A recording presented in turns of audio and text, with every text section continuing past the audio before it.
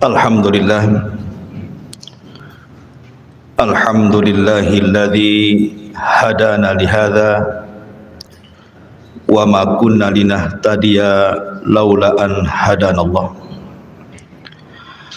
Asyhadu an la ilaha illallah wahdahu rabbi la syarika lah wa asyhadu anna Muhammadan abduhu wa rasuluhu alladzi la nabiyya ba'da, amma ba'du.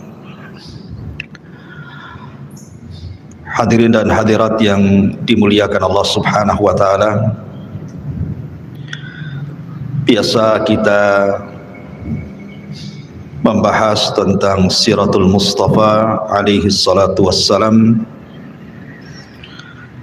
Maka malam ini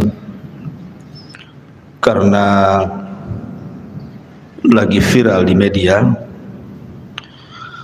tentang dunia paranormal dan perdukunan yang berkedok agama, maka malam ini kita akan khusus membahas seputar dunia perdukunan dan juga paranormal. Karena pembahasan ini bukan pembahasan biasa. Ini menyangkut akidah umat Islam, menyangkut agama. Makanya pembahasan ini harus sering digaungkan di tengah-tengah masyarakat, karena dampaknya sangat besar sekali. Bagaimanapun dunia seperti ini lebih dekat kepada kesyirikan dibandingkan kepada tauhid. Dan tidak ada dosa yang lebih besar di permukaan bumi ini melebihi kesyirikan. Jangan lagi syirkul akbar, syirik besar seperti dunia perdukunan dan paranormal. Syirik kecil saja dikhawatirkan Nabi SAW. Kata Nabi SAW, sesungguhnya sesuatu yang paling aku takutkan menimpa kalian adalah asyirkul asghar, syirik kecil. Kemudian Rasul ditanya, apa itu syirik kecil? Maka Nabi SAW mengatakan, ar-riya, seseorang beribadah ingin dipandang manusia. Itu saja Nabi SAW ketakutan kalau seandainya syirik kecil ini sampai menimpa seorang muslim, apalagi syirik besar. Makanya Imam Az-Zahabi rahimahullahu taala dalam kitabnya Al-Kabair, kumpulan dosa-dosa besar, belum meletakkan urutan pertama dalam kitabnya adalah asyirku billah, kesyirikan kepada Allah Subhanahu wa taala. Kemudian setelahnya as-sihr, dunia sihir. Saking bahayanya diletakkan pada urutan pertama. Ma'asyiral muslimin yang dimuliakan Allah Subhanahu wa taala, di dalam Al-Qur'anul Karim Allah Subhanahu wa taala berfirman, "Wa ma yu'minu aktsaruhum billahi illa wa hum musyrikun." Dan sebagian besar manusia tidak beriman kepada Allah melainkan dalam keadaan mempersekutukan Allah Subhanahu wa taala. Jadi orang-orang yang terjerumus kepada kesyirikan, bukan mereka itu di luar daripada Islam, tidak. Orang-orang yang melakukan praktek perdukunan atau orang yang datang ke dukun itu bukan orang kafir. Kita tidak membahas orang kafir, tetapi kita membahas orang-orang yang mereka KTP-nya Islam, dukunnya Islam, yang datang ke dukun juga Islam. Yang lebih heran lagi, mengatasnamakan Islam. Kemudian yang datang juga mengatasnamakan pengobatan Islam. Cara pengobatannya dikatakan cara pengobatan Islam. Ini yang kemudian kita angkat bicara. Apakah memang praktek-praktek seperti itu dari Islam atau justru praktek kesyirikan. Ma'asyiral muslimin yang dimuliakan Allah Subhanahu wa taala. Sebelum saya menjelaskan tentang poin-poin, karena ada beberapa poin yang ingin saya jelaskan. Pertama, soal pengobatan. Yang kedua, soal keanehan-keanehan. Karena kita bisa melihat kadang-kadang para praktisi yang seperti itu dipertontonkan keanehan. Kebal bacok lah, punya tenaga dalam lah, tidak bisa diiris dengan golok lah, kan begitu ya, dan begitu seterusnya. Nanti kita bahas keanehan-keanehan itu. Kemudian yang ketiga, soal ramalan, karena mereka terkadang suka meramal. Kemudian yang keempat yang kita akan bahas adalah soal seputar jimat-jimat, tangkal-tangkal dan yang sejenisnya. Inilah 4 pembahasan yang kita akan bahas di malam ini. Ma'asyiral muslimin yang dimuliakan Allah Subhanahu wa taala. Pertama, soal pengobatan. Sebenarnya berobat itu sesuatu yang sangat dianjurkan. Karena Nabi sallallahu alaihi wasallam mengatakan likulli da'in dawaun. Setiap penyakit itu ada obatnya. Fa idza usiba dawa'ud da'i bari'a bi'idznillah azza wajalla. Kalau seandainya seseorang terserang penyakit kemudian diobati dan sembuh, maka kesembuhan itu atas izin Allah Subhanahu wa taala. Ingat bahwa penyakit itu datang dari Allah, sembuh juga datang dari Allah.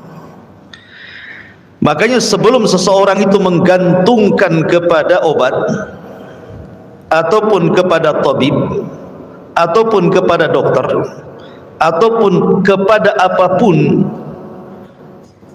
yang mungkin bisa mengobati, sebelum hati kita tergantung kepada itu semua, gantungkan hati kita kepada Allah. Karena mereka para pengobat atau obat-obat racikan itu hanya sekedar wasilah saja. Semua pengobatan itu datang dari Allah. Fa idza maridtu fahuwa yashfin. Kata Ibrahim, kalau aku sakit maka Allah lah yang menyembuhkanku.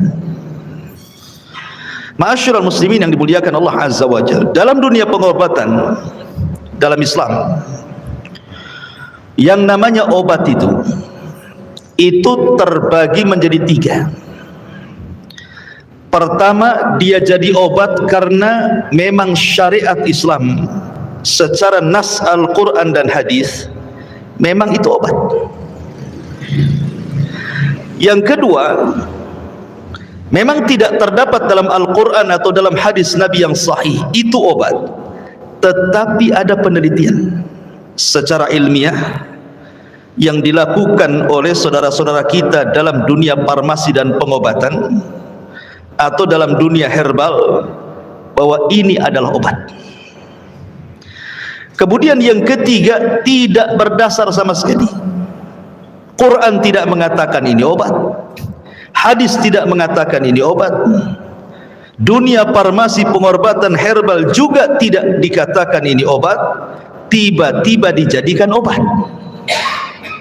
Ini dalam dunia pengobatan terbagi menjadi 3. Adapun yang pertama, bahwa ada obat-obat itu berdasarkan nas Al-Quran atau hadis Nabi SAW adalah obat atau bisa dijadikan sebuah pengobatan. Contoh, Nabi SAW dalam hadis Abi Hurairah radhiyallahu an bicara tentang habbatus sauda, bicara tentang habbatus sauda, jintan hitam. Kata Nabi SAW, fil habbatis sauda shifaun min kulli da'in illa sam. Kata Nabi SAW, di dalam jintan hitam itu ada obat untuk mengobati semua jenis penyakit kecuali kematian. Kalau orang sedang sakaratul maut, nyawa sudah di kerongkongan, jangan suruh minum habatus sauda, tetap mati dia. Kematian tidak bisa ditangkal dengan habatus sauda ya. Kematian itu takdir yang datang dari Allah Subhanahu wa ta'ala. Kemudian juga contoh yang lain, ketika Allah Subhanahu wa ta'ala berfirman soal madu, Allah mengatakan wa auha rabbuka ilan nakhli anittakhidhi minal jibali buyutan wa minas syajari wa mimma ya'rishun summa kuli min kulli thamarati fasluki subula rabbik dhulalan yakhruju min butuniha syarabun mukhtalifun alwanuhu fihi shifa'u linnas inna fi dhalika la ayat liqaumin yatafakkarun. Kemudian makanlah dari segala macam buah-buahan, lalu dan Tuhanmu mengilhamkan kepada lebah, buatlah sarang di gunung-gunung, di pohon-pohon kayu, dan di tempat-tempat yang dibikin manusia. Menunjukkan bahwa madu itu ada 3. Ada yang disebut dengan madu jabali. Madu jabali itu madu yang diambil dari gua-gua, dari gunung-gunung, bukit-bukit, dan ini sebaik-baik madu. Kemudian yang kedua ada namanya madu hutan, madu liar yang ada di hutan-hutan tuh. Maka ini jenis madu urutan kedua. Ada madu peliharaan, ini madu dalam urutan jenis ketiga. Ada juga yang keempat, madu palsu dari gula biasanya. Kan itu ya, itu bukan obat, itu minum itu antum jadi diabetes. Jadi kemudian Allah mengatakan, dan Tuhanmu mengilhamkan kepada lebah, buatlah sarang di gunung-gunung, di pohon-pohon, dan di tempat-tempat yang dibikin manusia. Kemudian makanlah dari segala macam buah-buahan, lalu tempuhlah jalan Tuhanmu yang telah dimudahkan bagimu. Dari perut lebah itulah keluar minuman madu yang bermacam-macam warnanya. Di dalamnya terdapat obat yang menyembuhkan bagi manusia. Sesungguhnya pada yang demikian benar-benar terdapat tanda kebesaran Allah bagi orang yang berfikir. Dari ayat ini menunjukkan bahwa madu adalah obat berdasarkan nas Quran. Ya. Kemudian juga contoh yang lain, Nabi SAW bersabda tentang minyak zaitun. Kata Rasul, intadimu bizaiti waddahinu bihi fa innahu min syajaratin mubarakah. Jadi minyak zaitun itu termasuk pohon yang diberkahi. Arti berkah itu artinya banyak kebaikannya. Berarti minyak zaitun atau buah zaitun itu bagian daripada obat. Ataupun ketika Nabi SAW bicara tentang air Zam-Zam, kata Nabi SAW, ma'u Zam-Zam lima syuribalahu, bahwa air Zam-Zam itu akan mengabulkan setiap yang meminumnya. Kalau diniatkan obat, maka jadi obatnya. Kalau diniatkan untuk cerdas, insya Allah jadi cerdas. Yang penting belajar habis minum. Jangan habis minum tak belajar, bodoh terus. Ya. Kemudian juga Nabi SAW juga mengatakan dalam hadis yang dikeluarkan oleh Imam At-Tabrani, yang dihasankan oleh Syekh Nasiruddin Al-Albani rahimahullah ta'ala, khairu ma'in ala wajhil ardi ma'u Zamzam fihi ta'amun minat tu'mi wa shifa'un minas saqami. Sebaik-baik air yang terdapat di permukaan bumi itu adalah air Zam-Zam. Padanya bisa digunakan untuk pengganti makanan atau obat dari penyakit. Di sini ada kalimat syifa'un minas suqmi, obat untuk penyakit. Jadi air Zam-Zam itu berdasarkan nas hadis adalah obat. Ataupun umpamanya dalam bentuk hijamah, berbekam. Nabi SAW disebutkan dalam hadis Ibni Buhainah radhiyallahu an, dia mengatakan ihtajaman Nabi sallallahu alaihi wasallam wa huwa muhrim. Rasul melakukan hijamah, bekam. Berarti berdasarkan nas hadis bekam itu bagian pengobatan. Kemudian juga termasuk ruqyah, maksudnya membacakan Al-Quran, dan itu berdasarkan nas Quran. Allah mengatakan wa nunazzilu minal Quran ma huwa shifaa'un wa rahmatun lil mu'minin, dan kami turunkan Al-Quran sebagai obat. Jadi Quran itu obat, bisa dibaca langsung atau pakai media air putih seperti ini. Pamannya ini air putih, kita bacakan surah Al-Fatihah, setiap ayat kita tiup, setiap ayat kita tiup. Ini sudah jadi air ruqyah, bisa jadi obat. Ya. Dan banyak lagi minyak tin, buah tin, karena Allah bersumpah dalam Al-Quran wattini wazaitun. Ya.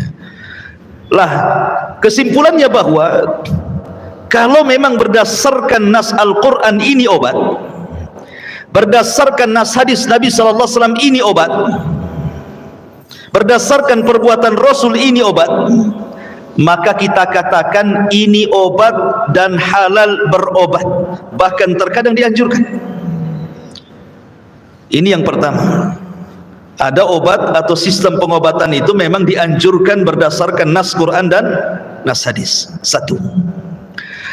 Yang kedua, ada pengobatan itu ataupun sesuatu yang bisa dijadikan obat itu memang berdasarkan penelitian ilmiah, sudah diteliti di lab, memang ilmiah.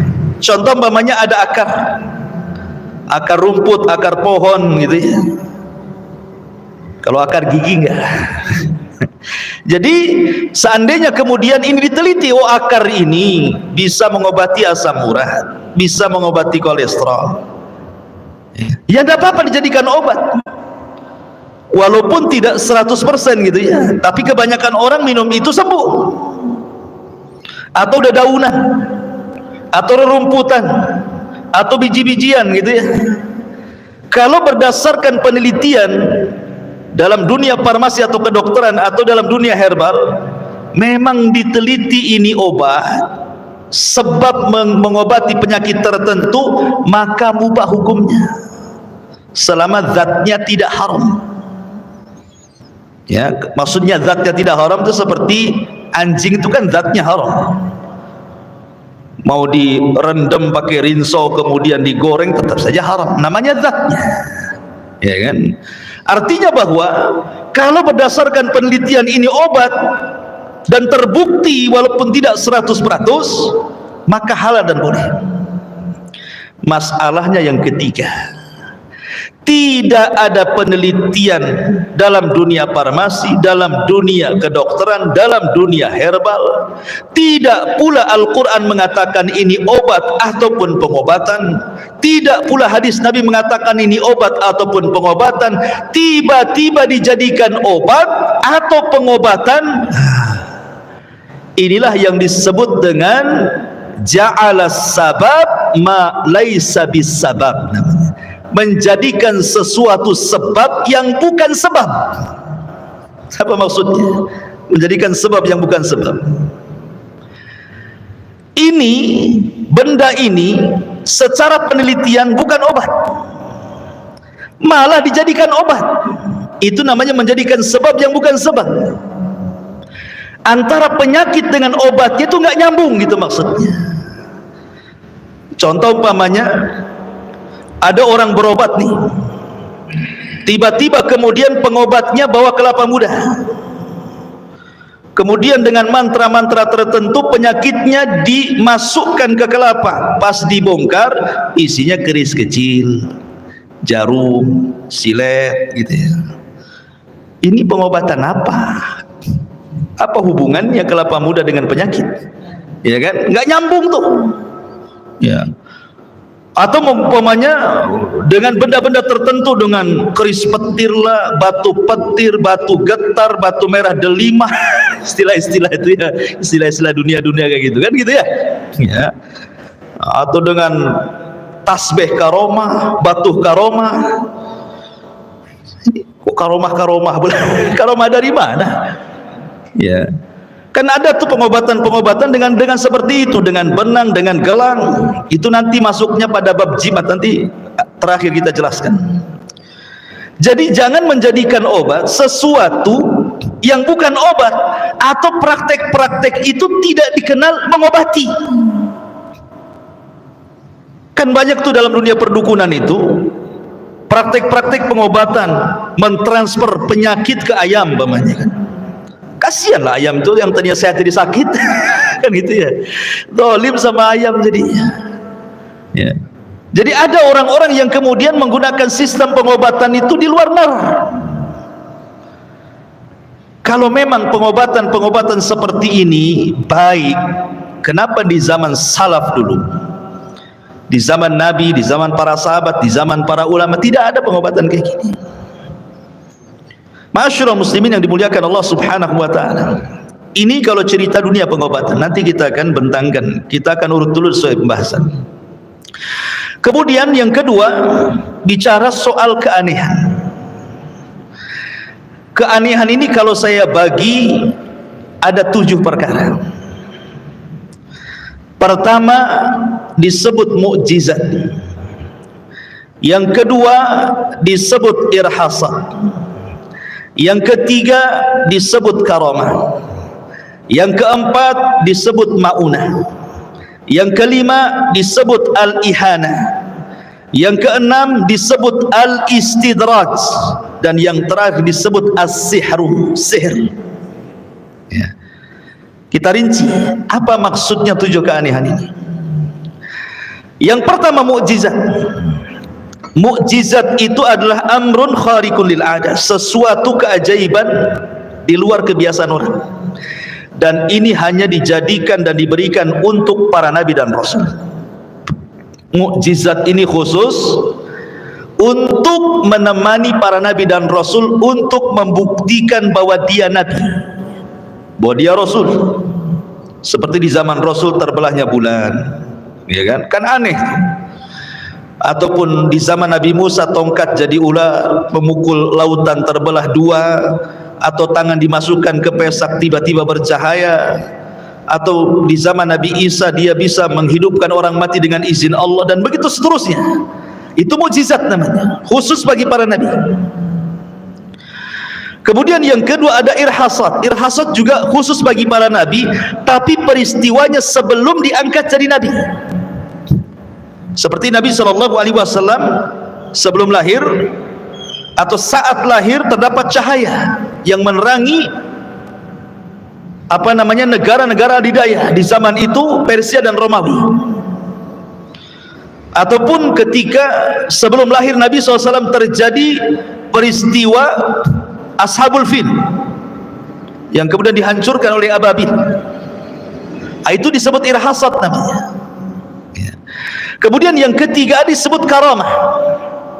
Karamah ini diberikan oleh Allah Subhanahu wa taala kepada wali-wali Allah Subhanahu wa taala. Dan yang dimaksud wali adalah seseorang yang multazim, betul-betul dia iltizam, istiqomah di dalam mengikuti syariat. Memang orangnya taat, sholat, soleh, taqarrub kepada Allah gitu ya.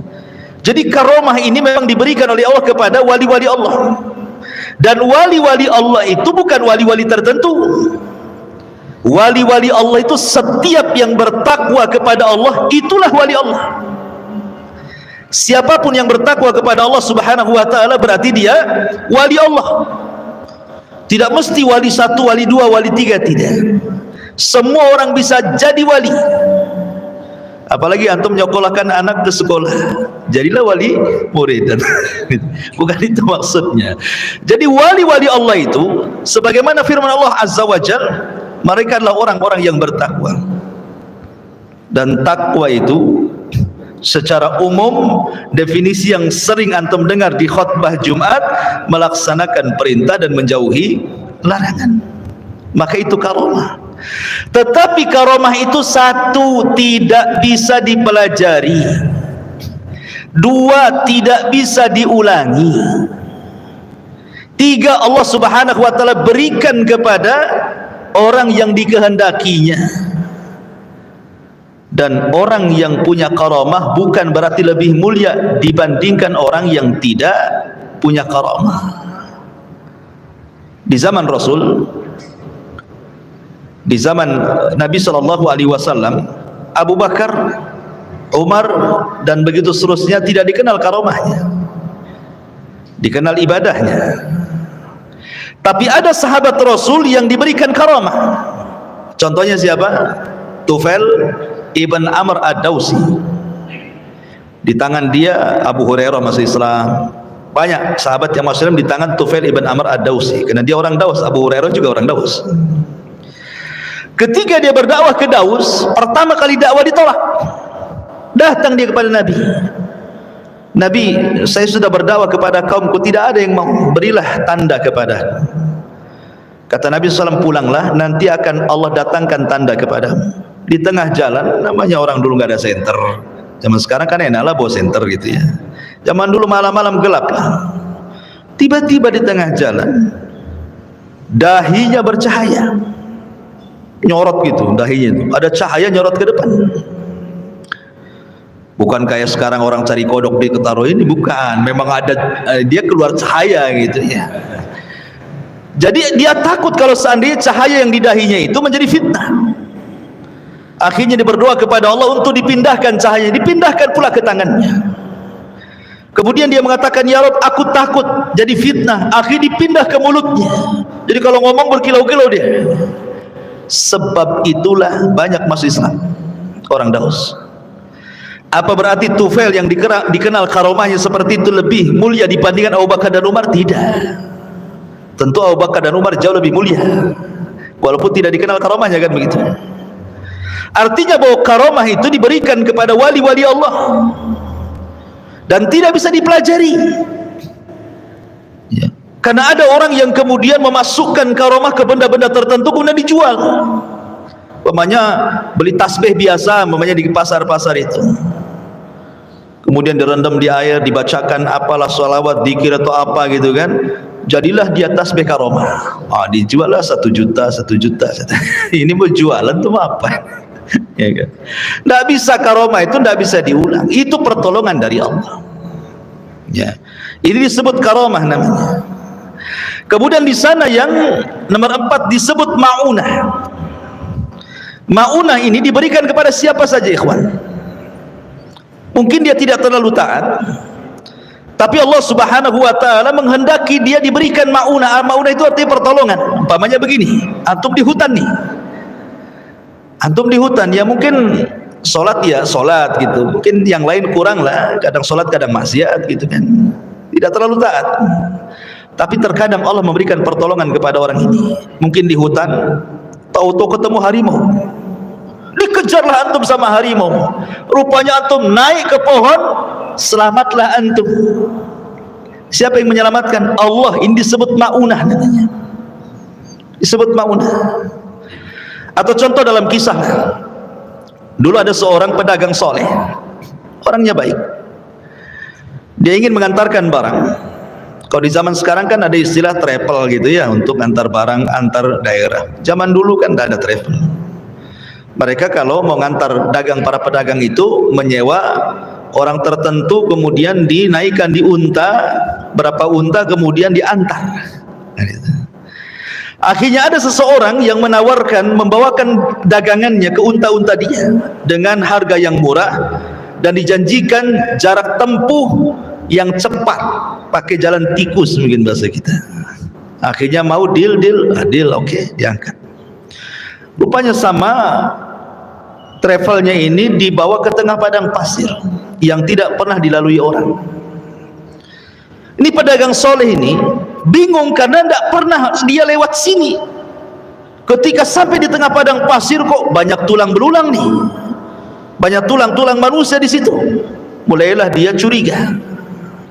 Akhirnya dia minta berhenti dan mengatakan kepada travelnya, bang, ini kok banyak tulang manusia di sini, bang?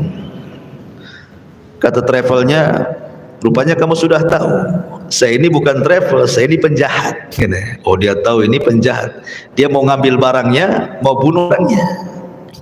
Kata dia, kalau begitu ambillah barang, tapi jangan bunuh saya, biarkan saya balik. Maka kata penjahat ini yang ngaku travel ini, dia mengatakan, semua orang yang kubunuh ngomong begitu, tapi tidak saya lepaskan. Ketakutan dia. Akhirnya dia mengatakan, ya kalau begitu berikan waktu untuk aku melaksanakan 2 rakaat salat. Akhirnya dia ambil wudhu dengan perasaan dagdikduk, namanya mau dibunuh habis itu kan. Kemudian ketika sholat, Allahu Akbar, tidak tahu apa yang dibaca. Ibaratnya kalau antum sholat ditodongkan pistol gitu ya, habis sholat antum didor, kira-kira Fatihah antum hafal gak? Kamu gak bingung karena udah jelas tuh habis sholat mati gitu kan. Stres orang ini, apa yang mau dibaca? Subhanallah, Allah ilhamkan ada surat yang melintas di pikiran dia. Apa suratnya?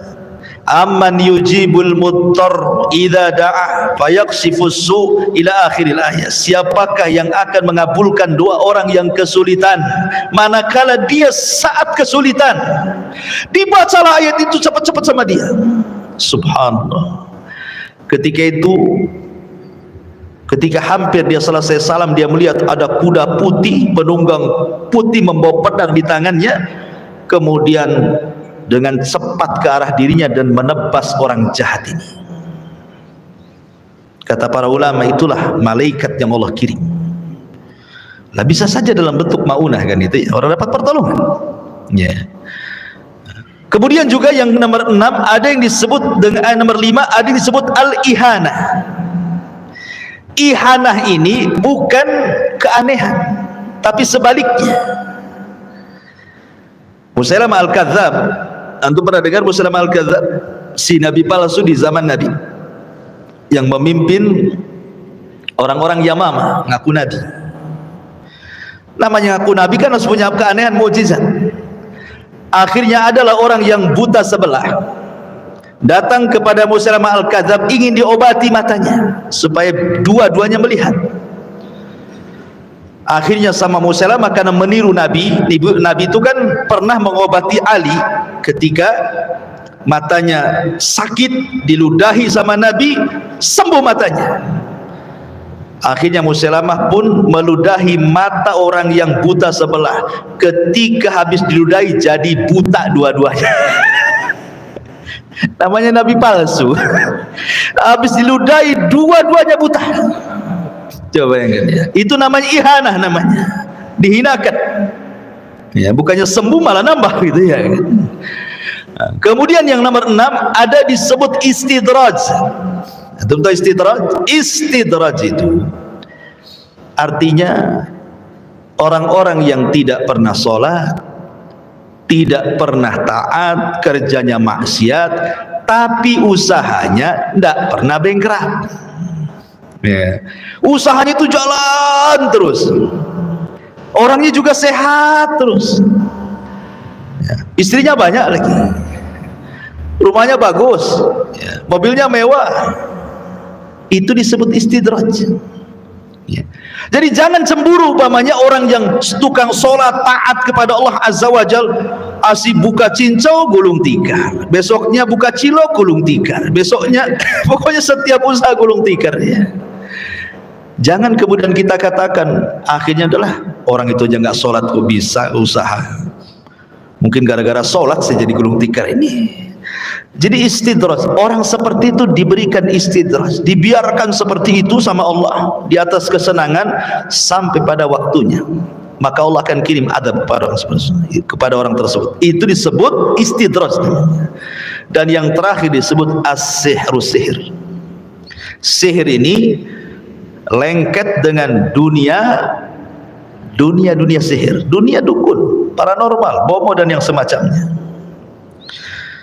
Di dalam tafsir Ibnu Katsir, Al-Hafidz Ibnu Katsir rahimahullahu taala ketika menyebutkan riwayat daripada Yunus ibn Abdul A'la As-Sadafi, muridnya Imam Syafi'i rahimahullahu taala, dia menukilkan ucapan Imam Syafi'i rahimahullahu taala dan ucapan Imam Lais. seorang ulama Mesir. Katanya Imam Syafi'i rahimahullahu taala, "Idza ra'aitumur rajula yamshi 'alal ma'i wa yatiru fil hawa'i fala taghtarru bihi hatta tu'ridu amrahu 'alal kitabi was sunnah." Apabila engkau melihat seseorang yang berpenampilan agama, pakai jubah, pakai serban, janggutnya panjang, zikirnya lama gitu. Pokoknya penampilannya kayak penampilan agama. Mungkin dipanggil Gus, mungkin dipanggil Pak Yai, mungkin dipanggil Pak Ustadz, mungkin dipanggil Tuan Guru, mungkin dipanggil apalah nama besar tokoh agama. Tiba-tiba yamshi alal mah, bisa pula dia berjalan di air. Wa yatiru fil hawa, bisa pula dia terbang. Atau mungkin istilah kita ini, dibakar kebal, dibacok kebal gitu ya. Bisa nonjok dari kejauhan, terpental gitu ya. Aneh orang ini, punya keanehan. Maka kata Imam Syafi'i, fala taghtarru bihi, jangan terperdaya dengan keanehan-keanehan itu, jangan silau dengan keanehan itu, tetapi timbang orang itu dengan Alkitab was sunnah. Kalau amalan dia tidak sesuai dengan Al-Quran dan sunnah Nabi SAW, berarti mereka awliya'us syaitan, mereka adalah wali-wali syaitan. Tapi kalau memang amalan mereka sesuai dengan Al-Quran dan sunnah Nabi SAW, kemudian punya keanehan seperti itu, maka mereka wali-wali Allah, kata Imam Syafi'i. Artinya di sini ketika Imam Syafi'i mengatakan apabila ditimbang dengan Al-Quran dan sunnah amalannya tidak seperti itu, berarti dia menggunakan sihir, menggunakan bantuan jin, keanehan-keanehan seperti itu. Tetapi keanehan-keanehan zaman sekarang yang terjadi tidak mesti menggunakan jin, terkadang menggunakan trik-trik khusus, ya kan, trik-trik seperti tukang sulap gitu kan, pakai trik, pakai benda-benda atau pakai semacam obat-obat kimia, atau pakai kecepatan tangan, atau pakai pengalihan dengan ngomong banyak. Kayak tukang obat kan ngomong aja kan, dialihkan karena ucapan orang itu jadi nyihir juga tuh ya, dialih-alihkan orang dengan hipnotis dan yang semacamnya. Ini pun tetap tidak dibolehkan, karena ini masuk dalam penipuan. Makanya kita lihat sekarang di media-media yang sekarang lagi viral kan, bahkan subscribe-nya itu bisa jutaan tuh, penontonnya ratusan ribu. Kalau dakwah kayak saya ini yang nonton 5 orang 6 orang kalau yang dakwah tauhid ini memang yang nonton sedikit, tapi kalau dakwah syirik, ya Allah, yang nonton tuh banyak kan ya. Coba kita lihat, coba orang-orang yang sedang melakukan acting dunia perdukunan itu, atau menampakkan dunia kesaktian. Terkadang ada acara-acara itu yang disebut dengan gerebek dukun santet ya, gerebek dukun-dukun pelet. Nanti setelah digerebek itu, wah, adu kekuatan nih kawan. Nanti saling pental-pentalan tuh, terpental tuh, belum ditonjok sudah mental tuh, pakai tenaga dalam tuh. Yang herannya terkadang dikesankan nih, yang satunya nampak kayak dukun asli, telanjang, jarang mandi, gimbal, jelek, menakutkan, padahal settingan. Yang satunya pula Masya Allah pakai jubah, janggutan, pakai serban, pakai tasbih, baca salawat, pakai zikir, baca Quran, was-was-was nggak jelas. Kita bayangkan ya. Padahal sebenarnya itu sedang berduel antar dukun dengan dukun. Kesannya yang satu dukun hitam, yang satu dukun putih. Jadilah hitam putih di situ. Kenapa saya katakan dukun hitam, dukun putih? Tetap juga dua-duanya dukun, Cuman kesannya dikatakan putih karena dandanannya ala gus, ala kiai, ala ustad, ala tuan guru kan itu. Kalau yang satu dukun hitam memang gayanya gaya iblis, gaya setan, gaya genderuwo dan begitu seterusnya kan itu. Dua-duanya dukun. Sebab kalau seandainya dia seorang ustad pernah di pesantren umpamanya kan, tentu dia akan menyibukkan dengan dakwah. Walaupun dia kemudian jadi praktisi pengobatan, maka dia akan mengobati dengan pengobatan yang saya tadi rinci tadi, dengan obat-obat yang memang secara Quran Sunnah itu obat, atau pengobatan secara Quran Sunnah itu dibolehkan seperti ruqyah, hijamah dan semacamnya, atau dengan herbal-herbal yang sudah diteliti, ya kan? Ini tidak pengobatan dengan aneh-aneh, memindahkan penyakit ke ayam, ke kelapa muda, kemudian seolah-olah ada jinnya, kemudian jin itu ditangkap, dimasukkan ke botol, kemudian dibuang, ya botolnya bolong tuh bawahnya, keluar dari bolong jinnya. Terkadang ikhwatu fiddin, ada orang-orang itu sesuatu yang gaib yang hanya Allah tahu, kemudian dia menganggap dia tahu alam gaib. Perhatikan ya, 5 kunci kegaiban itu tidak ada yang tahu kecuali Allah. Ada 5 kunci kegaiban, tidak ada yang tahu dari makhluk kecuali Allah. Sebutkan dalam sebuah hadis Nabi SAW dari Abdullah ibn Umar radhiyallahu an, anna Nabiy sallallahu alaihi wasallam qala mafatihul ghaibi khamsun. Kata Abdullah ibn Umar radhiyallahu an, Nabi SAW bersabda, kunci gaib itu 5 perkara, tidak ada yang tahu kecuali Allah. Kemudian beliau membacakan ayat dalam surah Luqman 34. Innallaha indahu ilmus sa'ati wa yunazzilul ghaitha wa ya'lamu ma fil arham wa ma tadri nafsum madza taksibu ghada wa ma tadri nafsum bi ayyi ardin tamut innallaha alimun khabir. Satu, sesungguhnya Allah hanya ada pada sisinya saja satu pengetahuan tentang hari kiamat. Pengetahuan tentang hari kiamat tidak ada yang tahu kecuali Allah. Jangan meramal tentang kiamat. Seperti pernah terjadi, ada orang yang meramal tanggal 15 bulan Ramadan akan terjadi dukhan. Ini ramalan, tidak ada yang tahu kecuali Allah. Kalau kiamat itu tidak ada yang tahu kecuali Allah, maka tanda-tanda besarnya pun tidak ada yang tahu kecuali Allah. Yang kedua, kata Allah mengatakan, dan dialah yang menurunkan hujan, wa yunazzilul ghaits. Tidak hujan atau hujan itu bukan urusan pawang. Ingat, pawang hujan tidak bisa mencegah hujan.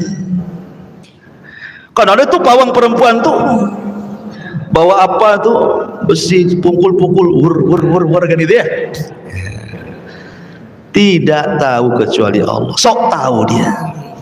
Ini Quran yang mengatakan soal turunnya hujan itu Allah yang tahu. Kalau orang dia mengetahui ini maksudnya gini, turun hujan aja tidak tahu macam mana mau cegah hujan gitu maksudnya. Kalau seandainya mungkin dia itu menggunakan ilmu fisika memangnya kan, dengan melihat perakiran cuaca, ya tidak masalah. Ya, itu ilmiah itu. Tapi kalau umpamanya kemudian seperti cerita di kampung-kampung, saya pernah cerita, ada pawang hujan itu tidak pakai baju, gila-gila orangnya. Jadi kalau ada orang walimah cari dia. Kemudian udah dicari, agak gila-gila, suruh datang ke walimah dikasih makan banyak. Kemudian disuruhnya dia mencegat hujan agar nanti walimah jangan hujan. Caranya gimana? Terlentang dia, suruh kencing ke langit. Nah, orang gila. Ya. Ma'asyiral muslimin yang dimuliakan Allah Azza wa Jalla. Maka yang kedua, perkara hujan itu yang tahu kecuali Allah. Kemudian yang ketiga, kata Allah Subhanahu wa taala, wa ya'lamu ma fil arham. dan mengetahui apa yang ada dalam rahim. Bukan soal laki-laki dan perempuan, sekarang sudah ada alatnya USG, tahu ini, bukan. Maksudnya dalam rahim itu, apakah dia nanti lahir akan menjadi orang kaya, orang miskin, pejabat, tidak ada yang tahu orang ini. Itu semua takdir Allah Subhanahu wa ta'ala. Dan ketika malaikat meniupkan takdir kepada bayi ini, tidak ada yang tahu, sampai si janinnya sendiri tidak tahu takdir dia. Itu kuasa Allah. Jangan sok-sok meramal. Ini lahirnya bintang gambar kambing nampaknya nih. Ini susah terus nih. Ini kalau jodoh dapat bintang nih gambar kalajengking nih. Oh bahaya nih. Nanti sebulan cerai dia. Gimana pula coba? Tidak ada yang tahu kecuali Allah. Kemudian yang keempat, wa ma tadri nafsum bima wa ma tadri nafsum madza taksibu ghadan. Dan tiada seorang pun yang dapat mengetahui dengan pasti apa yang terjadi besok hari, apa yang diusahakan dia nggak tahu. Jangan pula meramal nasib ya. Sehingga terkadang aneh orang-orang yang datang ke dukun ini, dia pengen usahanya kemudian lancar, jabatannya jangan sampai jatuh. Kalau bisa pemilihan kepala desa ini datang ke dukun minta supaya dia yang dapat, dan begitu seterusnya. Kita tidak tahu apa yang terjadi esok hari, itu urusan Allah ya. Kemudian yang terakhir, wa ma tadri nafsum bi ayyi ardin tamut, dan tiada seorang pun yang dapat mengetahui di bumi di mana dia mati. Kita mati di mana? Karena persoalan itu bukan di mana dia mati, ikhwan, tapi bagaimana kita mati. Terserah mau mati di mana saja. Ya, mau mati di Mekah, mau mati di sini, terserah. Yang penting bagaimana caranya kita mati. Jangan sampai kita mati suul khotimah, itu aja. Tapi kematian kita ini tidak ada yang tahu kecuali Allah. Inilah disebut dengan mafatihul ghaib, yang selalu digunakan oleh para normal, para dukun untuk meramal. Dalam istilah kita meramal nasib gitu ya. Ini soal kegaiban. Makanya Allah Subhanahu wa taala mengatakan alimul ghaibi fala yudhiru ala ghaibihi ahadan illa man irtada mir rasulin. Dialah Rabb yang mengetahui yang gaib, maka dia tidak memberikan kabar seorang pun tentang kegaiban kecuali rasul-rasul yang diridhoinya saja. Kalau nabi-nabi ya terkadang tahu yang gaib karena Allah kasih tahu. Seperti Nabi menceritakan tentang akhir zaman, akan keluar Dajjal, akan keluar ini, akan keluar itu. Siapa yang beritahu? Allah. Sehingga Nabi tahu ya. Tapi tidak semua Nabi itu tahu. Hanya yang diberitahukan Allah Subhanahu wa ta'ala. Contoh Nabi Sulaiman. Nabi Sulaiman itu kurang apa ilmunya coba? Nabi paling sakti itu Nabi Sulaiman tuh. Semua dituduhkan dia. Hewan dituduhkan dia, awan dituduhkan dia, jin aja dituduhkan dia. Tapi suatu ketika dia sedang membariskan pasukan, tidak ada pula Hudhud di situ. Di mana Hudhud? Awas saja, sebentar lagi kalau dia datang tidak dapat alasan, ku azab dia atau ku bunuh dia. Tahu-tahu datang si Hudhud nih. Kemudian menceritakan kepada Nabi Allah Sulaiman alaihi salatu wassalam dan mengatakan alasannya kenapa dia tidak hadir. Dia mengatakan apa? Aku barusan terbang ke Yaman. Bayangkan Sulaiman di Palestina, terbang pula ke Yaman. Secepat itu Hudhud. Artinya diberikan kemampuan Hudhud itu ya. Kemudian pulang lagi Palestina, menceritakan bahwa aku baru saja dari Yaman, aku lihat ada kerajaan indah, seorang ratu yang jadi rajanya. Masalahnya masyarakatnya menyembah matahari dan bulan. Sulaiman nggak percaya begitu saja. Betul tak? Kalau kau nggak bohong, kirim surat ini. Dikirim surat untuk supaya Ratu Balkis masuk Islam. Lah Sulaiman tidak tahu kok di Yaman itu ada kerajaan, ya kan? Padahal dia seorang nabi loh. Dia tidak tahu. Ya. Ma'asyiral muslimin yang dimuliakan Allah, kalau Sulaiman saja seorang nabi yang bisa menundukkan berbagai macam, tidak tahu kok di Yaman ada kerajaan, tiba-tiba di zaman sekarang ada dukun lebih sakti pula daripada Sulaiman. Wah, kan hebat kali itu kan. Bisa lah dia ramah-ramah. Ya. Nah, Sulaiman loh, nabi luar biasa, nabi, raja gitu ya, yang paling masuk di tengah-tengah Bani Israel. Tidak tahu kondisi di Yaman dengan Palestina. Bahkan ketika Sulaiman meninggalnya gimana? Sedang duduk di singgasana. Kan jasad para nabi itu dijaga oleh Allah dan tidak akan dimakan tanah. Makanya walaupun bertahun-tahun dia seperti itu jasadnya, walaupun ruhnya sudah tidak ada. Jadi Sulaiman ketika dicabut ruhnya dan dia sedang duduk di kursi kebesarannya, disangkanya sedang tidur Sulaiman, jin itu masih kerja saja. Baru setelah rayap-rayapnya itu menggerogoti kursinya, kemudian roboh. Jin tahu, apa kata jin? Kalau tahu Sulaiman sudah mati dari dulu, ngapain lagi kita kerja, dihinakan oleh dia, katanya. Coba, jinnya saja tidak tahu yang gaib, sementara dukun-dukun ini kerjasamanya sama jin. Jinnya tidak tahu yang gaib. Informasi kegaiban paranormal itu dari jin. Kalau jinnya tidak tahu yang gaib, berarti dia menginformasi sesuatu yang dusta. Ketika yang diinformasikan kedustaan, berarti dukun sedang berdusta. Itu namanya silsilah dusta. Jin membohongi dukun, dukun pula membohongi kita. Kita pula mau dibohongi. Nah, itu masalahnya. Ma'asyiral muslimin yang dimuliakan Allah Subhanahu wa taala. Jadi kita tahu bahwa kalau kita cerita tentang keanehan-keanehan, masuk yang mana ini? Yang sekarang dipertontonkan di depan kita ya, baik itu asli ataupun settingan, masuk pada yang mana? Mukjizat. Bukan nabi dia, ya kan? Irhasat. Bukan juga dia nabi dan rasul, karena itu kan terjadi sebelum seseorang nabi diangkat. Karomah umpamanya ya, anggaplah karomah. Karomah tidak bisa dipelajari. Kemudian kita lihat orang-orang itu kan hanya di media saja nampaknya itu pakaiannya soleh kan. Ya namanya orang mau disorot kamera, ya tidak mungkin lah pakai pakaian sembarang. Ya kalau bisa nampak ustadznya kan itu ya. Nampak ustadznya, nampak tawaduknya, omongnya lembut kali, nampak zikir-zikir, salawat-salawat kan itu. Tidak tahu kehidupan dia sehari-hari. Kemudian lihat amalan dia kan gitu. Amalan dia itu sesuai dengan Quran dan Sunnah tidak? Contoh dalam pengobatan. Dalam pengobatan itu sudah jelas, ruqyah itu ada dhawabitnya, ada aturan-aturannya kan ruqyah itu ya. Sebutkan oleh para ulama, satu antakuna bi kalamillah au bi asma'ihi wa sifatihi. Harus menggunakan kalam Allah Al-Qur'an atau menggunakan nama-nama dan sifat-sifat Allah. Yang kedua, antakuna bilisanil arabi. Dia harus berbahasa Arab. Au bima ya'rifu ma'na min ghairi, ataupun yang diketahui maknanya. Kemudian yang ketiga, at-tawakkul 'alallahi azza wajal fir ruqyah. Dia sandarkan ruqyah ini yang menyembuhkan bukan bacaannya tapi Allah Subhanahu wa taala. Allah Subhanahu wa taala.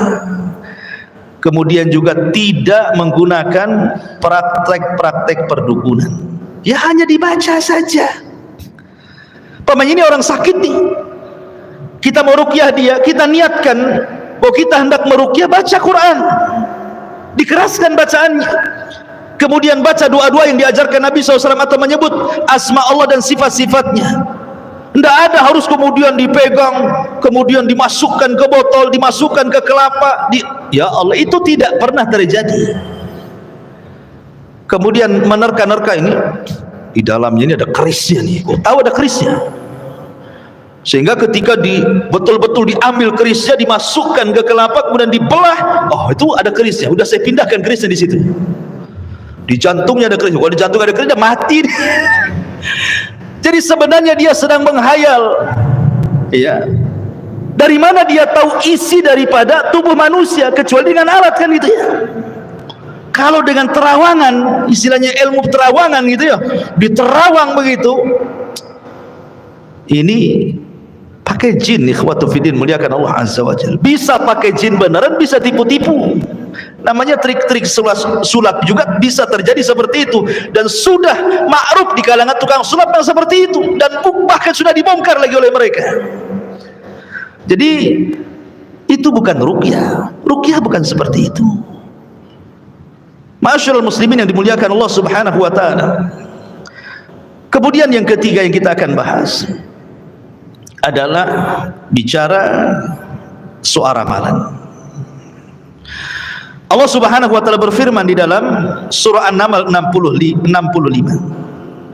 Qul la ya'lamu man fis samawati wal ardil ghaiba illallah wa ma yash'uruna ayyana yub'atsun.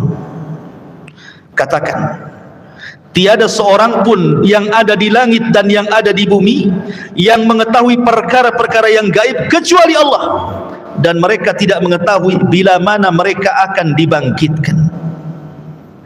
Kemudian Allah mengatakan juga dalam surah Al-An'am ayat 59, wa indahu mafatihul ghaibi la ya'lamuha illahu wa ya'lamu ma fil barri wal bahri wa ma tasqutu min waraqatin illa ya'lamuha wa la habbatin fi dhulumatil ardi wa la ratbin wa la yabisin illa fi kitabim mubin.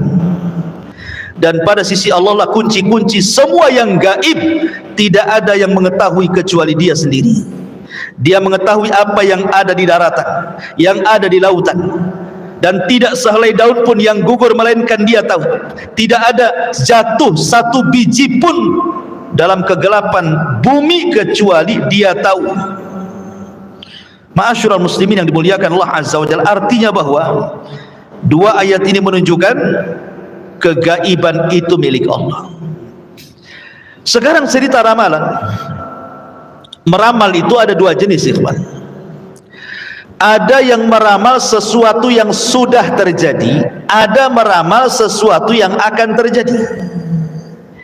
Sesuatu yang belum terjadi seperti namanya dia meramal barang hilang. Kan barang hilang kan sudah terjadi berarti kan.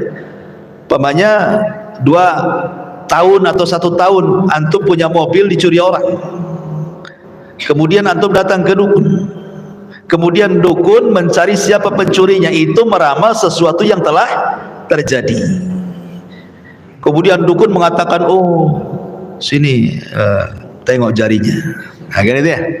Biasanya orang-orang kayak gini kan tengok pakai tengok tangan. Ya, ramalan-ramalan itu macam-macam yang saya lihat itu.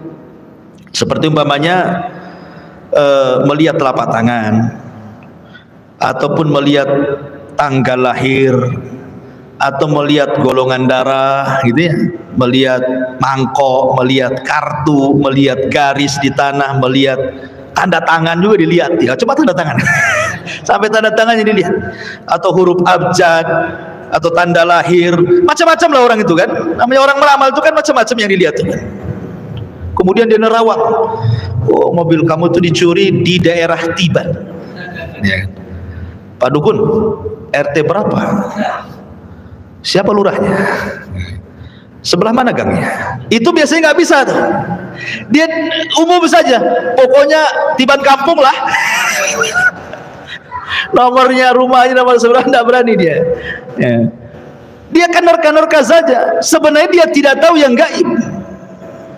Kalaupun seandainya nih seseorang berkomunikasi dengan orang dan seolah-olah dia tahu yang gaib, itu bisa saja ada kerjasama antara dia dengan jin.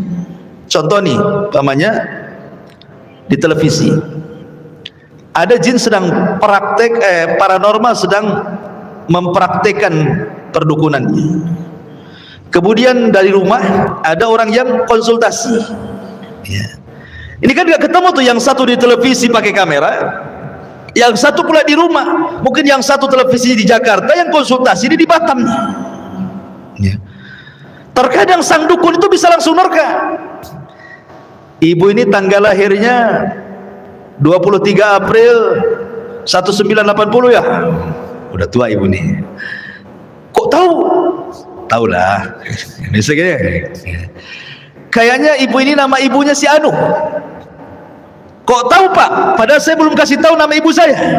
Tahulah kan itu. Biasanya gitu ya. Pokoknya dia bisa nerka-nerka dan benar terkaannya itu. Tanggal lahirnya dia bisa nerka, nama ibunya dia tahu, nama bapaknya dia tahu gitu ya.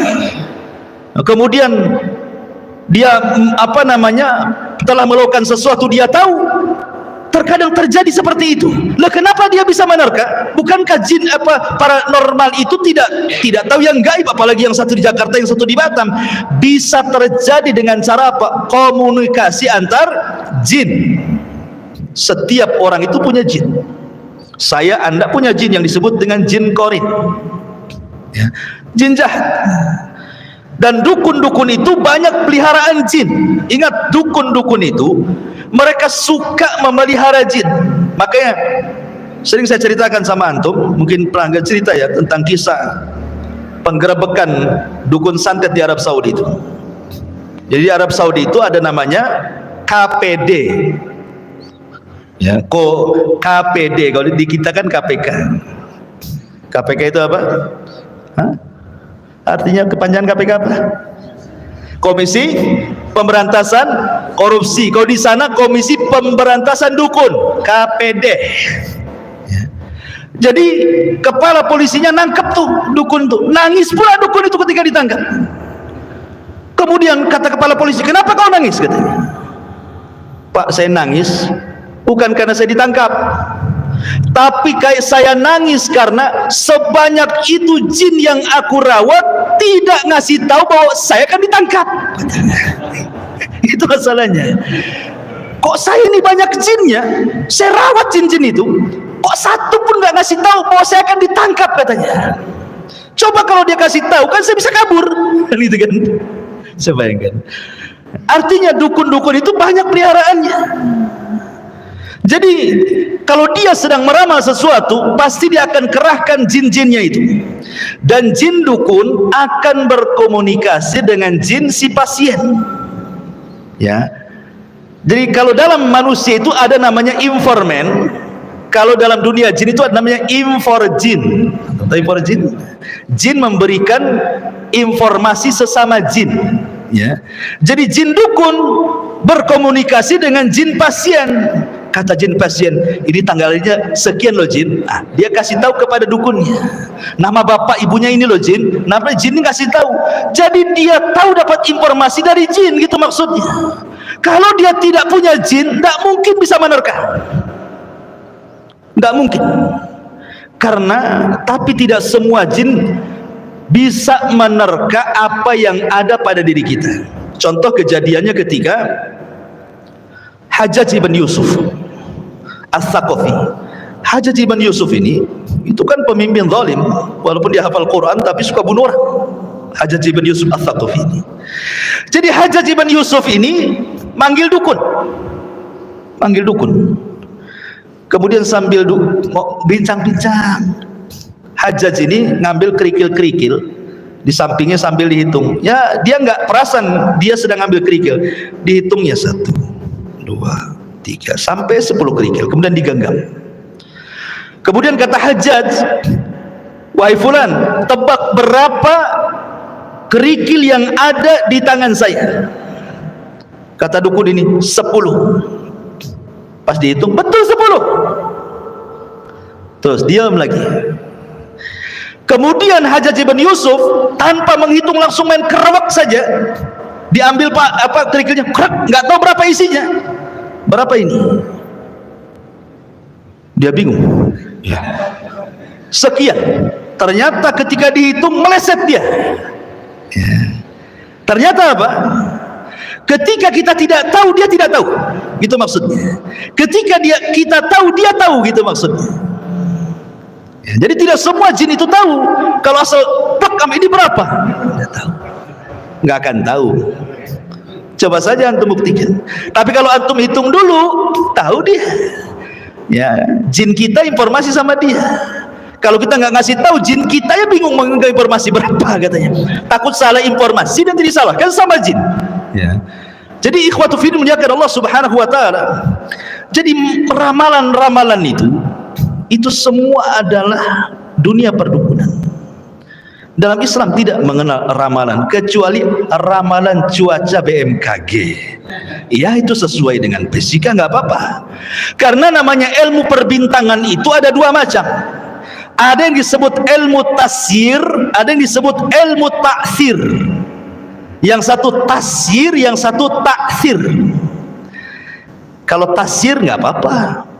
Ya, ilmu perbintangan digunakan untuk perakiraan cuaca, menentukan waktu-waktu sholat, menentukan perjalanan di tengah lautan melihat bintang, maslahat, tidak ada masalah. Tapi kalau sudah digunakan ilmu taksir itu artinya pengaruh, bahwa bintang-bintang tertentu memberikan pengaruh, wah, ini namanya dunia ramal. Ya, bintang-bintang tertentu atau zodiak perbintangan tertentu bisa menentukan nasib orang, nasib masyarakat, nasib bangsa, nasib negara, nasib politik dan yang lainnya.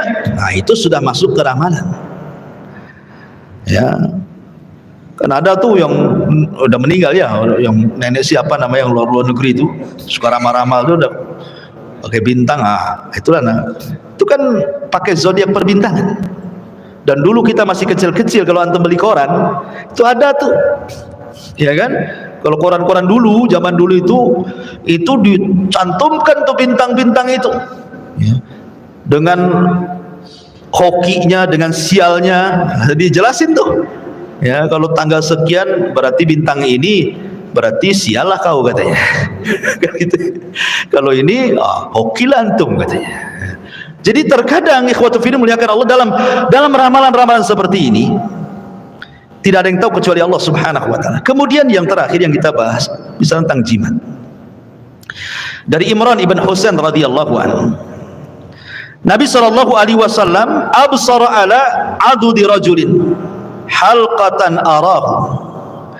Nabi SAW pernah melihat ada seorang laki-laki pakai gelang yang nampak gitu ya. Kok ada sahabat pakai gelang, seorang laki-laki lihat Nabi.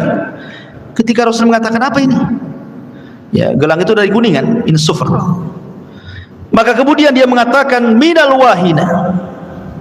Rasul, saya menggunakan gelang ini untuk mengobati kelemahan pada badan saya, supaya kuat. Maka Nabi SAW mengatakan, amma innaha la taziduka illa wahnan imbidha ank fa innaka law mitta wa hiya alayka ma aflahta abada.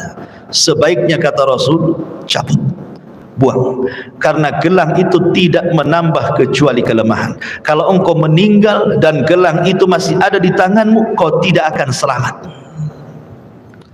Rasul suruh buang, ya kan? Kemudian juga dari Abi Bashir Al-Ansari radhiyallahu anhu, annahu kana ma'an Nabi sallallahu alaihi wasallam fi ba'di asfari. Kata Abu Bashir Al-Ansari, dia mengatakan, suatu ketika aku bersama Rasul dalam sebuah safar. Fa arsala rasulan, maka Nabi sallallahu alaihi wasallam mengumumkan kepada seorang utusan, alla yabqayanna fi raqabati ba'irin kiladatun min watarin au kiladatun illa qutiat, supaya tidak terdapat lagi di leher unta jimat dari tali busur panah atau kalung apapun, kecuali harus dipatahkan, diputuskan, dibuang. Ya, karena jimat-jimat itu kan macam-macam, ada digantungkan di kendaraan, ada yang ditempel di warung berupa raja-raja gitu ya, ada yang ditaruh di rumah, macam-macam, ada yang dikantongi, ada diselipkan di dompet, ya, macam-macam jimat-jimat itu. Maka kata Nabi SAW, disuruh untuk dibuang. Bahkan yang lebih jelas lagi, kata Nabi SAW, man 'allaqa tamimatan faqad asyrak. Barang siapa yang menggantungkan jimat, maka dia telah terjerumus kepada kesyirikan. Dan Rasul mengatakan, man ta'allaqa tamimatan fala atamallah wa man ta'allaqa wada'atan fala wada'allahu lah. Barang siapa yang menggantungkan jimat, maka hatinya akan tergantung pada jimat itu. Barang siapa yang menggantungkan kepada kerang dijadikan jimat, maka hatinya pun akan tergantung kepada kerang jimat itu. Artinya apa? Orang yang memakai jimat itu kan ada dua hukumnya, ikhwan. Bisa terjerumus kepada syirkul akbar, bisa terjerumus kepada syirkul asghar. Gimana gambarannya? Kalau antum meyakini bahwa gelang, cincin, kalung, jimat berupa raja atau yang lainnya, jimat itulah yang mendatangkan manfaat dan mencegah madarat, dinafikan Allah di kepalanya, jatuhlah antum ke syirik besar. Tapi kalau antum masih yakin Allah yang datangkan manfaat, Allah yang mencegah madarat. Cuman ini kan wasilah saja, maka ini syirik kecil. Masalahnya kebanyakan orang pakai jimat itu antara jatuh ke syirik besar ke syirik dan syirik kecil itu hanya beti. Antum tahu beti? Beda tipis. Ya. Karena kebanyakan orang yang pakai jimat itu umumnya jatuh ke syirik besar, jangan ke syirik kecil itu. Walaupun mulutnya ngomong, oh kan Allah semua, ini kan wasilah saja. Oh, sok tahu dia. Contohnya nih, seandainya nih ada jimat keberuntungan, taruh di mobil. Kalau pakai jimat ini, insya Allah nggak akan ditabrak, nggak nabrak. Sekali lupa lah dompetnya di rumah, jimatnya pula di situ. Was-was dia waktu nyetir itu. Alamak, jimatnya nggak, balik dia ambil jimat. Berarti hatinya tergantung kan? Hatinya tergantung. Atau dia umpamanya penglaris nih, laris nih.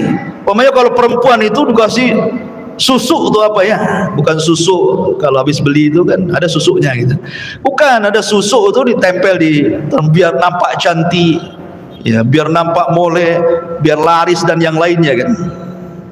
Ya, mungkin sebulan 2 bulan banyaklah pelanggan dia. 3 bulan 4 bulan mulai sepi, ya kan? Itu yang disalahkan. Oh, jangan-jangan sudah kadaluarsa ini susu. Sudah expired terus diganti nih kan. La haula wala quwata illa billah. Kayak beli rotian tuh begini. Ditengok, ini Mas 3 hari aja Mas. La haula wala quwata illa billah.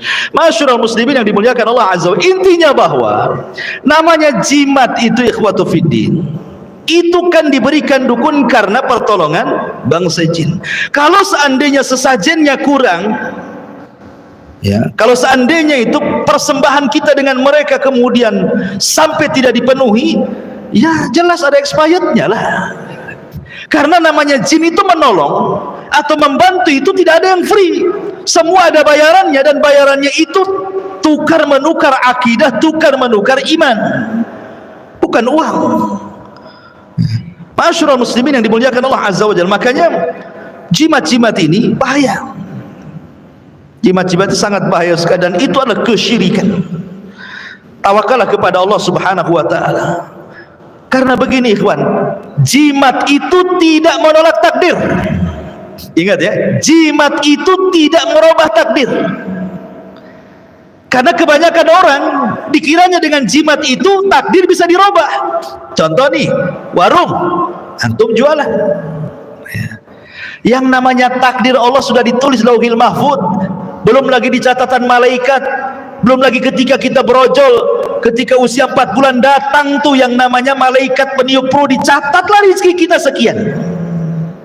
Kemudian kita buka warung, dia pikir kalau ke dukun laris. Ya, ikhwah, rizki itu sudah ditentukan oleh Allah. Kalau memang Allah sudah tentukan namanya warung satu hari cuma dapat 50 atau 200 ribu, 300 ribu, walaupun ke dukun Thailand sekalipun beli jimatnya, namanya jimat tidak bisa merubah takdir. Takdir Allah tidak bisa dirubah. Cuman ada memang orang-orang yang tidak sabar, harusnya mengambil rizki karena takdir itu dia dapat yang halal, karena tergesa-gesa dapatlah yang haram. Sebenarnya kalau dia usaha gitu, banyak ke orang yang tanpa dukun laris usahanya. Kenapa pun sibuk pakai dukun? Karena kalau sudah sibuk pakai dukun berarti hatinya sudah jahat. Kenapa? Karena suudon kepada tetangganya. Jangan-jangan saya disihir sama sebelah ini. Ya, gara-gara dia saya sepi jadinya. Suudon kan? Sudah suudon main dukun pula. Jadi dunia-dunia seperti ini tidak bisa menolak takdir Allah Subhanahu wa taala. Ingat itu. Tidak akan berubah takdir Allah dengan datangnya Anda ke dukun, karena dukun itu kebanyakan dusta dan bohong. Bukti bahwa mereka pendusta, hadis Nabi. Kita harus yakin dengan hadis Nabi. Dahulu di zaman Nabi SAW, kata Rasul, jin itu naik ke langit. Sampai di langit itu ada maqaidah lis-sam'i, sebagaimana berdasarkan suratul jin. Ada maqaidah lis-sam'i, tempat-tempat curi dengar. Jin itu kalau ke langit seperti orang panjat pinang, sampai ke langit. Tapi hanya di bawah langit pertama. Tidak mungkin dia sampai menembus langit, tidak akan bisa. ya ma'syaral jinni wal insi in istata'tum an tanfudhu ila samawati wal fanfudhu la tanfudhuna illa bisultan.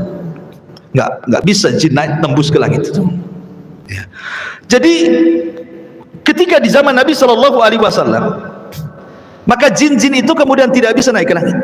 Sejak itulah maka difungsikan bintang sampai hari ini, bahkan sampai kiamat setelah diutusnya Nabi.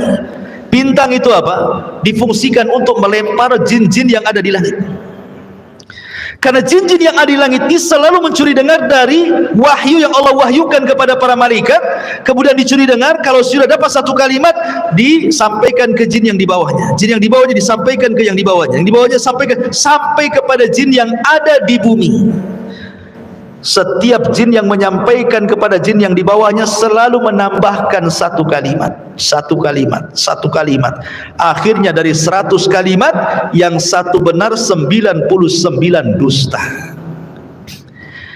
Kemudian yang jin yang di bumi inilah dia jual belikan dengan dukun, paranormal, bomo dan yang semacamnya.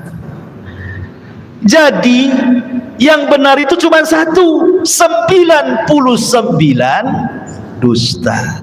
Kalaupun seorang pengobat dan dia dukun mengobati, sembuh tanpa sadar, dibacakan sholawat gitu saja, sembuh dia. Sekarang antara yang sembuh dengan yang tidak sembuh banyak mana? Kan gitu ya. Karena biasanya yang sembuh inilah kemudian dia pula yang diwawancarai, dimasukkan YouTube. Gimana setelah berobat sama dia? Oh bagus. Yang nggak sembuh nggak diwawancarai. Coba yang nggak sembuh diwawancarai, nggak laku lah dukun tuh. Jadi masyarakat muslimin yang dimuliakan Allah Azza wa Jalla, jadi mereka adalah para pendusta. Yang bahayanya di zaman sekarang ini, ikhwan, tontonan-tontonan di YouTube dan yang semacamnya. Kita lihat tontonan-tontonan itu seperti gerebek dukun, kemudian adu kesaktian antar dukun, kemudian pengobatan yang tidak dikenal dalam syariat Islam, ya, dipertontonkan. Kemudian setelah ada orang-orang yang membongkar, tiba-tiba sebagian mereka sadar, kemudian baru ngomong bahwa ini adalah settingan. Padahal ketika dia membuat konten itu tidak ada tulisan untuk hiburan atau settingan, kan itu seolah-olah beneran. Kalau mungkin orang-orang cerdas, ini settingan.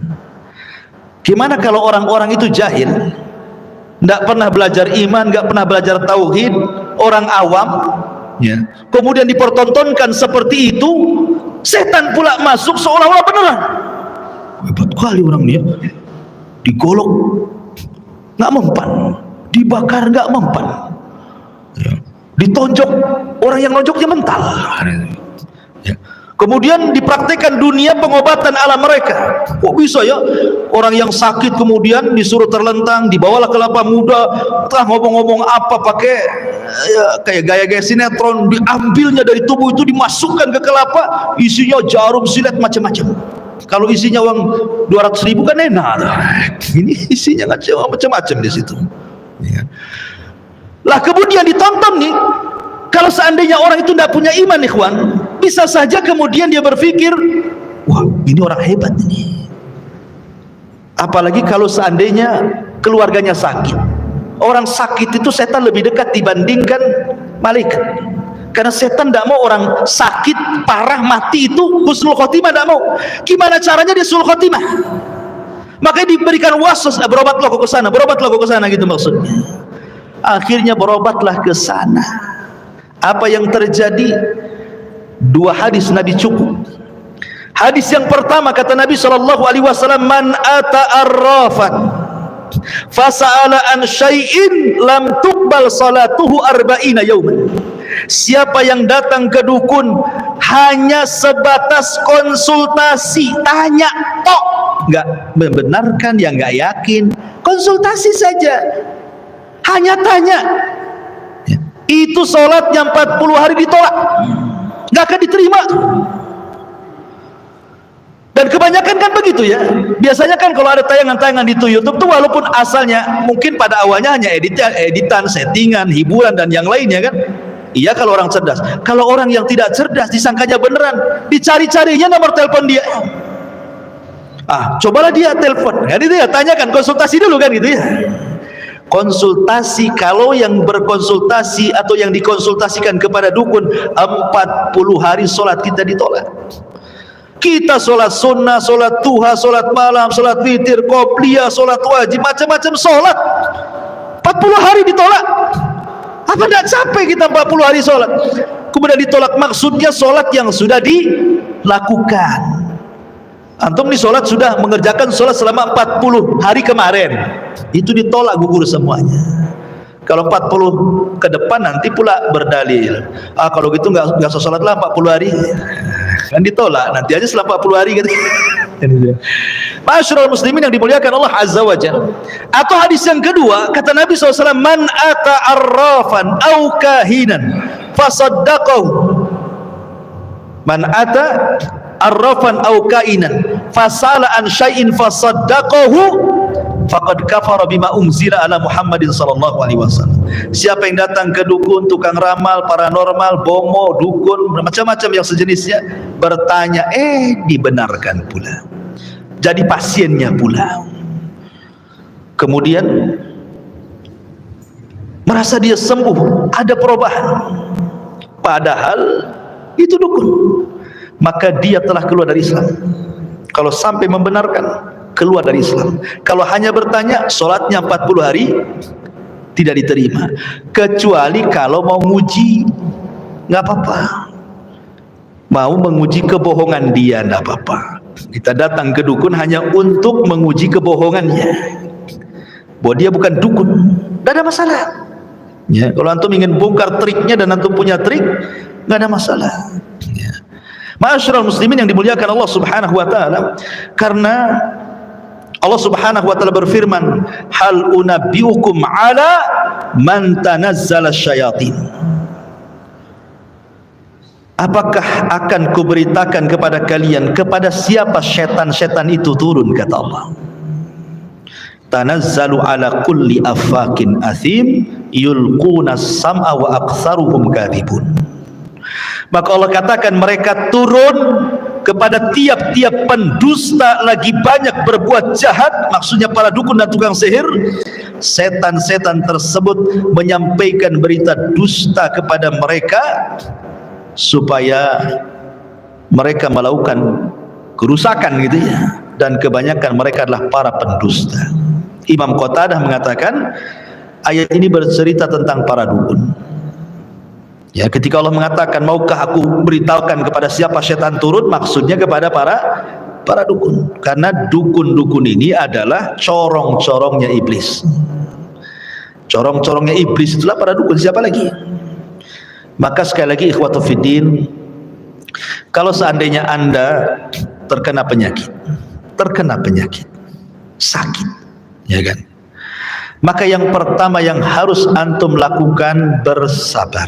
Siapa tahu penyakit yang Allah Subhanahu wa taala berikan kepada kita dalam rangka untuk mengangkat derajat, boleh jadi dalam rangka untuk menggugurkan kesalahan. Mungkin dulu banyak maksiat, akhirnya Allah uji dengan penyakit sekarang, boleh jadi mungkin untuk menggugurkan dosa-dosa lama, atau mengangkat derajat kita di hadapan Allah. Karena terkadang ada surga tidak bisa diraih dengan sholat, tidak bisa diraih dengan zakat, tidak bisa diraih dengan puasa, tidak bisa diraih dengan haji, hanya bisa diraih dengan sabar.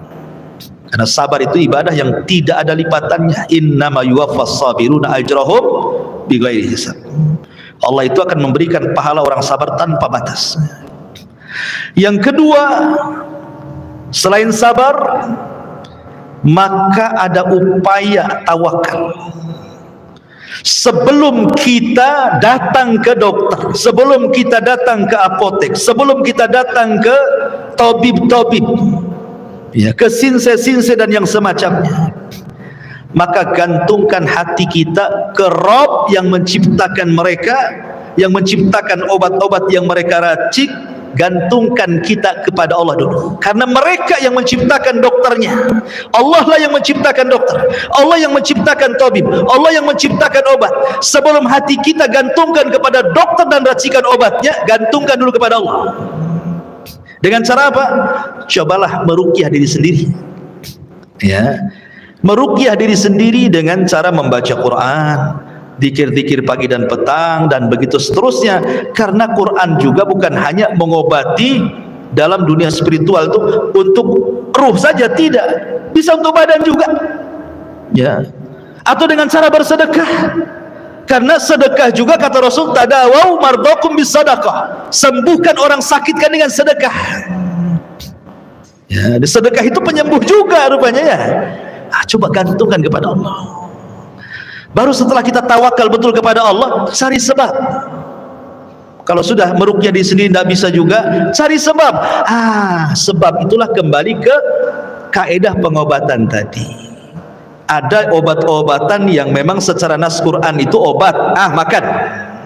Atau cara-cara secara Quran Sunnah itu pengobatan seperti bekam ruqyah, atau mungkin dengan cara obat-obat yang diteliti farmasi dan kedokteran, belilah di apotek, kan itu ya. Atau datang ke dokter yang memang dia ahli dan memang ilmiah, dia sudah tahu ilmunya. Jadi harusnya seperti itu, ya, bukan terburu-buru gitu ya. Karena orang itu maunya instan saja, maunya sekarang sakit datang ke dukun, di penyakitnya ditarik langsung sembuh, kan, maunya instan orang sekarang. Ya, maunya itu cepat ditarik kemudian dimasukkan ke kelapa biar kelapa yang sakit katanya. Jadi intinya Bapak ikhwatu fiddin, terkadang sakit itu sebenarnya membawa berkah. Sakit itu membawa berkah. Dan ingat bahwa ketika para dukun berhubungan dengan jin, kemudian kita datang kepada mereka, hakikatnya kita itu sedang ta'awun 'alal birri wat taqwa, ikut tolong-menolong di atas perbuatan keji dan dosa. Enggak boleh.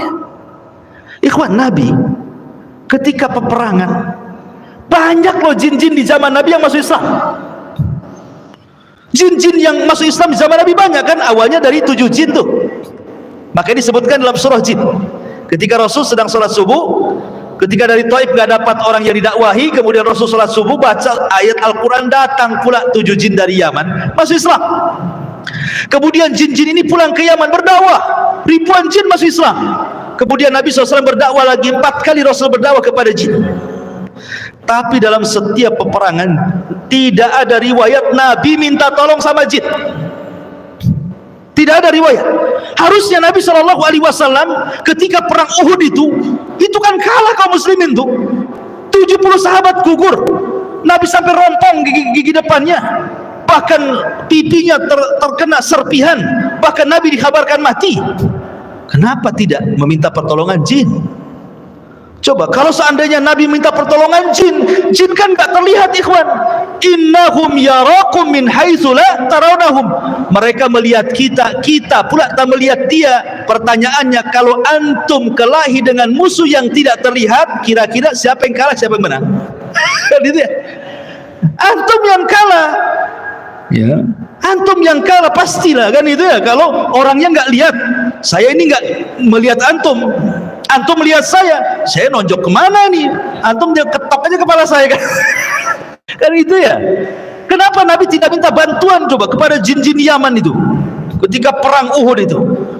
Oh, kalau datang jin-jin itu sebentar aja ngalahkan, tapi Rasul tidak minta bantuan sama jin. Padahal berhak Nabi meminta bantuan, kan, tapi tidak mengajarkan meminta bantuan kepada jin. Ya. Sahabat juga sama, karena tahu konsekuensinya. Ya. Ada orang belasan, Ustaz, kita kan hanya berhubungan dengan jin muslim. Dari mana kamu tahu itu jin muslim? Jin itu pendusta. Jin itu pendusta. Iya muslim tapi fasik, sama aja. Banyak manusia juga muslim tapi preman, kan banyak. Jin juga kurang lebih lah. Kehidupan jin itu sama dengan kita, ada preman pasarnya, ada, ya, ada orang solehnya, jin soleh juga ada. Makanya Allah mengatakan, wa inna minna salihuna wa minna duna dzalikunna tara'iqa qidada. Jin itu ada yang soleh, ada yang enggak.